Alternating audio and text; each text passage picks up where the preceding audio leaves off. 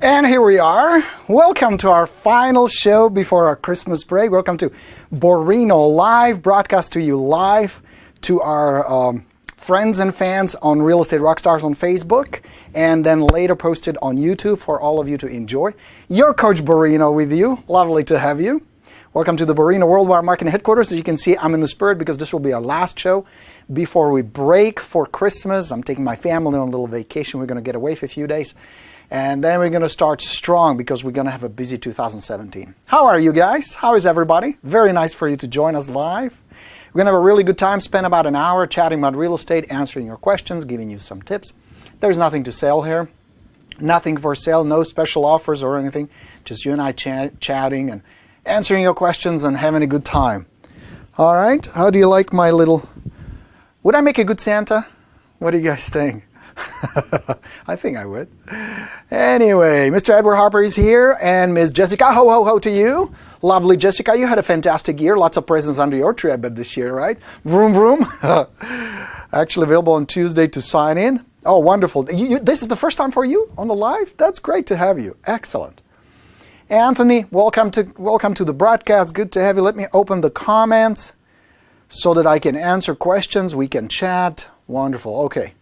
I see them now. Mr. Tawny, is always good to have you. Making a good Santa, say? All right, well, good. Brian likes the Santa hat. Thanks, Brian. Appreciate it. Okay, guys. So a whole bunch of you came and joined us. Very good to have you. I'm really happy you're here. Post your questions in the comment to my guitar side. That side, right here. And if you're watching this on YouTube, post below the video, and I will, of course, come back and answer your questions. Okay. Yeah, Joanne likes my hat. Well, I appreciate it, Joanne. Thank you. Anton does too. Jack says I'm making a good Santa. Robin says ho, ho, ho. Ho, ho to you guys. I hope this Christmas will be excellent.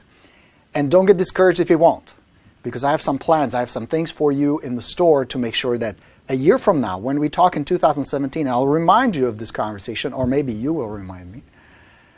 You will have a fantastic Christmas, where it's not going to be about price tag, it's not going to be about money, it's going to be about experiences and a freedom. That's my goal for 2017. I want you to have the most amazing, most profitable, most exciting, most enjoyable, most productive, and also work your ass off year next year, 2017. Groovy? Yeah, I know I look festive. It is our last broadcast, so you know I had to dress up, obviously. Monique likes it. Mr. Dave Miller, Merry Christmas to you as well. Appreciate it very much. Rashia, hey, hey, hey, good to have you as well. All right. Merry Christmas to everyone. Sue, wishing everybody, all the rock stars, Merry Christmas. Thank you for being here. I enjoyed this group immensely. You know me. I'm a fanatic when it comes to Facebook. Our group here, I'm on it constantly, all the time. Anyway, thanks for all the lovely wishes. Let's start with some questions. I want to start with this one. This is from Jacqueline. She wrote recently on Rockstars, I am so upset. Called my husband and burst into tears, kind of upset. I've been working with a buyer since last April. I showed her over 50 homes easily. I've bent over backwards for this woman. She considered herself a friend of mine. And then she goes to describe how she worked really, really hard to help her and find a home. Now, here's what happened. After 8 months of working with her, she went with her, I believe it was a cousin who was in real estate, who sold her a house. Real bummer. Has it ever happened to you? Working with a buyer, work your ass off, you feel like it's a loyal relationship, and then bam, bastards buy from somebody else. Has it ever happened to you? Say yes. I know it has. Happens to everybody. Everybody, if you work with buyers, it's just inevitable. It's going to happen sooner or later, and you're going to scratch your head like Jacqueline, poor thing, heartbroken, emotional, young, new age, and imagine what this feels like, being new in real estate, and then get kind of a punch in the face like that. So let me break it down. What went wrong? Where the problem occurred? Okay? So here is the breakdown. Showing 50 houses is a horrible idea. Forget about the fact that I tell you not work with buyers, and we get to it in just a moment. But if you work with somebody, that's not even called work, that's abuse. If somebody abuses you to the point where you need to show them 50 homes, that's not even a red flag. That's a red, what would be like the size of a football field. You know, one of those big blankets that they cover the baseball stadium. What do you call that? You know what I'm talking about. That's unacceptable. That's unacceptable business practice. You run a business. This is a business. Run it like a business. You cannot invest 50, let's say it took half an hour to show one property. That's 25 hours wasted productive time working with somebody. You can't do that. Don't ever do that again. You, Jacqueline, and everybody else. You can't. You cannot maintain profitability, enjoyment, while showing so many properties to one buyer, or any buyer for that matter. And this dangling thing is annoying me because I'm getting revved up. Borino rant coming, as always. You can't do that and still be happy and still make money and still serve a lot of clients. So let's back up. Rule number 1, do not work with buyers, especially as a new agent. I don't know why they keep still telling you that. Please don't do that.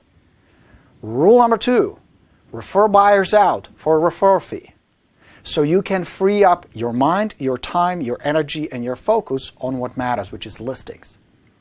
Because you're out there every weekend driving around, chauffeuring people around, hoping and praying that you're going to make some money, while the listing agent is playing golf, is enjoying weekend with their kids, is being on the boat, having a good life, or show up in the office for a couple hours while you're working for them. They control the market, they control the inventory, they control the income, they're in charge of their business, you're not. You're working for them.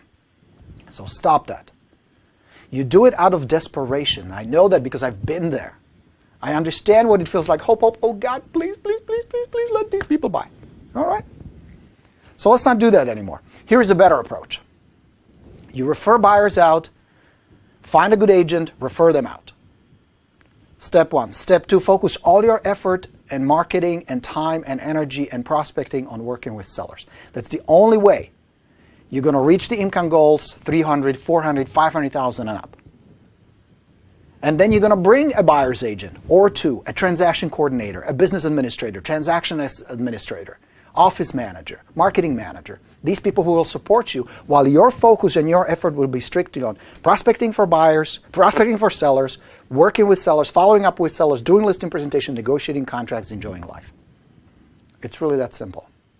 Here is why, from a psychological standpoint, that is vital. When you work with a buyer, there is no loyal relationship. You may be the nicest person in the world. You may be the warmest, kindest, most helpful person in the world. They're not there for a relationship with you. Buyer's mentality is a transaction mentality. They're during their lunch break, go on Zillow, they go on Realtor.com, they go on the internet, and they scout listings. They put in 3-bedroom, 3-bath, $400,000 in such and such area, and then they see pictures, and they're shopping in their mind. They're not going to be looking for an agent. It's not about the agent. It's about getting what they want, which is the object, the thing. Like we shop for shoes. Yesterday, I was in a shoe store. Hate it. I hate buying shoes. I really do. But I had to go and get a pair of shoes. So it's a transactional. I don't give a shit who sells it to me. It doesn't really matter to me. As long as they're helpful, I'll buy it from anybody. I don't care who's going to get paid. If it's fair or not, doesn't matter. I want to choose. I wanted them quickly. I want to make sure they're good, they're comfortable. I'm out of there as soon as possible. Done. Same mentality with the buyer. It's the same thing with the buyer. So whoever can get them that dream house that they're looking for is going to be their agent. They don't give a shit who that is, no matter what they tell you. It's not that they're bad people or lying to you. The real issue is not that. The real issue is their mindset is a transactional mindset focused on the end goal. Now, compare that with the seller. Seller is looking for help because there is no transactional mindset. Yes, step 2 for them most of the time will be to buy another property, but that becomes later. First, they need to solve a problem.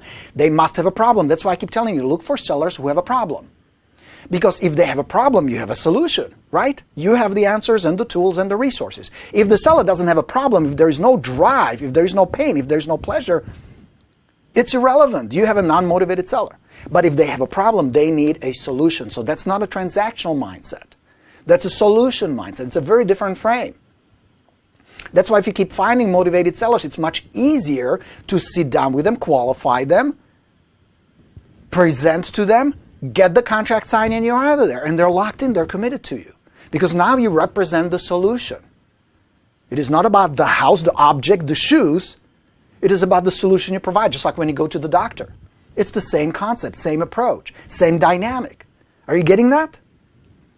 That's why I'm so insistent for you to work with sellers, because from the psychological standpoint, it's easier to connect with these people if you know what you're doing, obviously, if you're using the right communication, right status, right psychology, but that's not hard to master. This doofus from Czechoslovakia mastered it. Every single one of you can as well. I mean, remember, I was the board out of real estate. Yaximosh is good, want to buy a house, good, okay, let's go. That was me. And I mastered it, and I connected with people, and I created a relationship. Every single one of you can as well. No reason why you couldn't. But you must work based on principles I'm teaching you, principles of influence and psychology. Not selling, not being aggressive, not being a closer. Fuck that. There are plenty of other people who are trying it and desperately failing at it, especially these days when the market is changing and the human psychology is changing. Educated sellers these days will distinct very quickly between somebody who's faking it and just pushing and using scripts from 1985 or somebody who's genuine, high-status, confident agent and a good communicator like you guys are.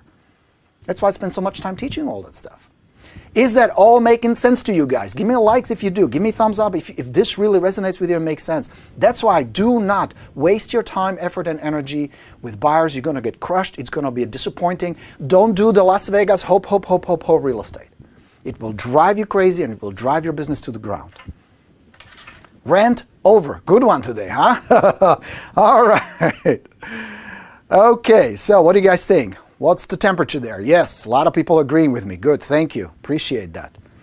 Yes, so true, says Jack. Tony says, it just happened to me. Tony, you should know better. Come on. Dude, you've been with me long enough to understand this. But it does happen. Thank you for all the likes. Appreciate it. Marino agrees. Angela says, happy holidays. Thank you so much for that. Yes, so Jerry, right? You agree with that? You understand that? Happens to everybody. Jack says, so true. All right. Yeah, Glenn says buyers are not worth the time. Now here's the exception. Let me just make sure you understand the exception. The exception is this. If the buyer you have is your seller who is buying something else, that's the exception.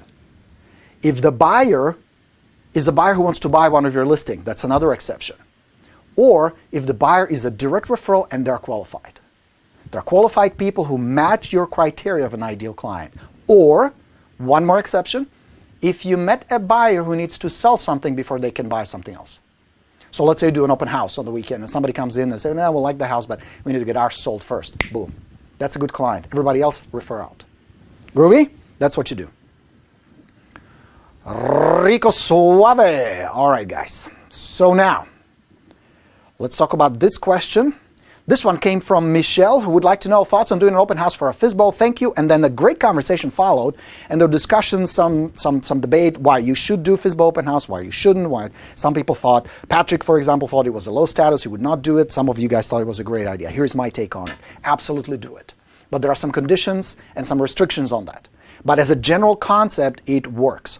Here's how you set that up.